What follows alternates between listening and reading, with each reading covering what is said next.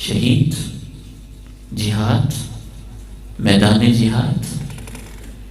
جس کا ہم نام تک بھول گئے، جذبے تک بھول گئے، اور اس کو ٹیررزم قرار دے دیا گیا، دہشت گردی قرار دے دی گئی۔ نہیں، یہ جذبہ تو ہر امت کے نوجوان میں، ہر امت کے بیٹے میں، امت کی ہر بیٹی میں، امت کی ہر ماں میں ہونا چاہیے، اور اس جذبے کو غلط طریقے سے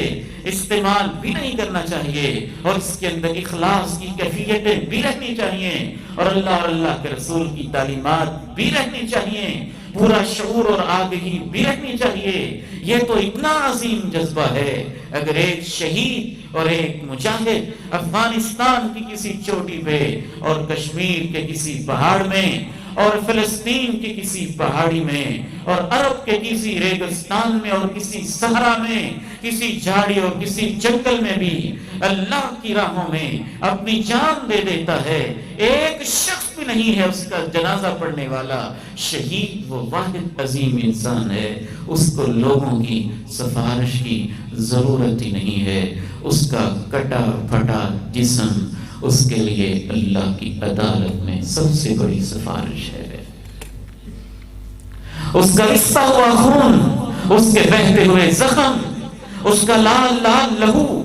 اور اس کی کٹی ہوئی رگیں، اور اس کے پراگندہ بال، اور اللہ کی راہوں میں اس کی پردیسی اور اجنبی کی لاش، اس نے تو سب کچھ دے دیا، اس کو تو جنازے کی ضرورت ہی نہیں ہے، وہ جنازے سے بے نیاز ہے۔ اسی لیے شہداء کا جنازہ پڑھنے کی ضرورت نہیں ہے، کوئی امام پڑھنا چاہے تو پڑھ لے، نہ پڑھے تو وہ بے نیاز ہیں، جنازے سے وہ بے نیاز ہیں، لوگوں کی گواہیوں سے وہ بے نیاز ہیں، لوگوں کی سفارشوں سے ان کے لیے اللہ کی راہوں میں جام شہادت نوش کرنا ہی اتنا بڑا اعزاز ہے۔ کوئی غسل دینے والا نہ بھی ہو تو ان کو فرشتے غسل دیتے ہیں۔